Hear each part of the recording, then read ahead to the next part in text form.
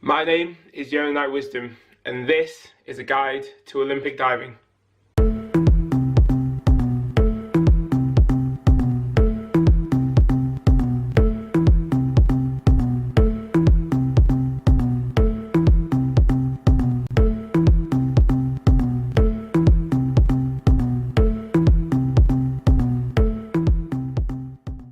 Before we start today's video, after seeing Tom's world lever back 3.5 tuck last week, my boy Noah made a request to put one of his dives in my next video.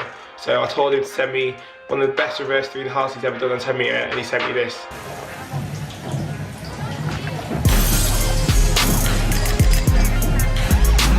Not bad, eh?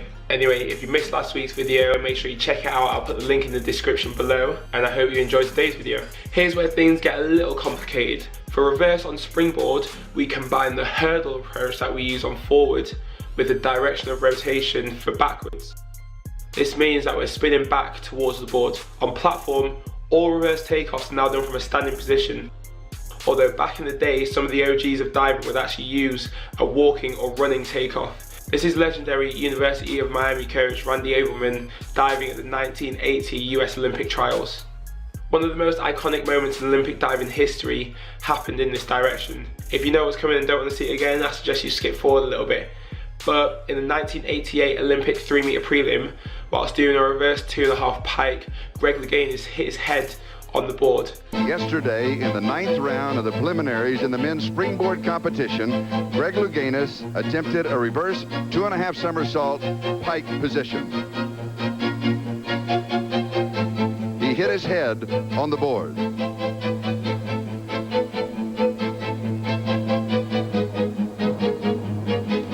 The doctors worked on him for 30 minutes, stitches in his head. He came out for the next dive. Here was our call. The one thing that Greg must concentrate on now is that takeoff. He's been the master of that takeoff, and look at that.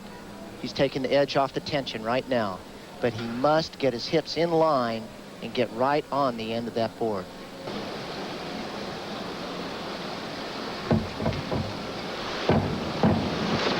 Yes!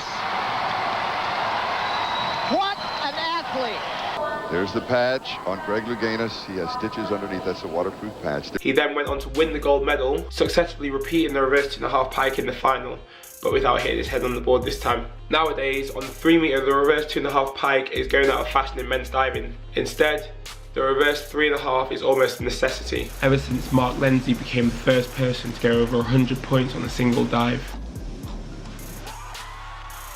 Maddie Keeney from Australia is changing the women's game with her unbelievable reverse 3.5 tuck, which I was actually there for when she did it for the first time.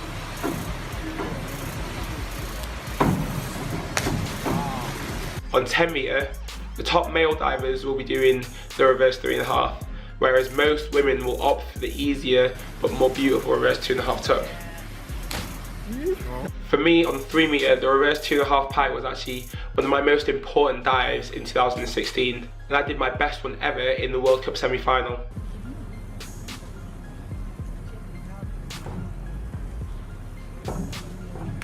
Oh, Yona! I've now pushed myself to get more consistent on the reverse 3.5, which has proved very difficult in the 4 years that I've been doing it so far. It essentially ruined my 3 meter final at the Commonwealth Games in 2014. But I'm starting to get the hang of it now, and it could be a make or break dive for me at Gold Coast 2018. Any questions? Drop them in the comments below and I'll answer them as soon as possible. If not, thanks for watching. Make sure you subscribe if you haven't already so you don't miss out on next week's video. Peace.